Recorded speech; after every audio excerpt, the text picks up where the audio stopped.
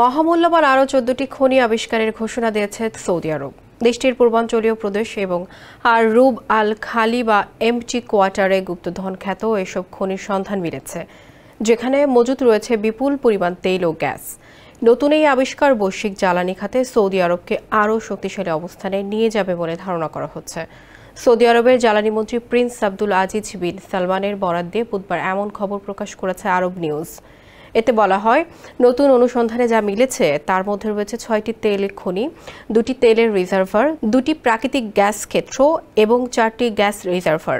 Prince Abdul Aziz নতুন এই আবিষ্কারের গুরুত্ব তুলে ধরে বলেন, জ্বালানি খাতে এগুলো সৌদি আরবের বৈশ্বিক নেতৃত্বকে আরও দৃঢ় করবে এবং প্রাকৃতিক সম্পদের সম্ভাবনাকে নতুন মাত্রায় নিয়ে যাবে।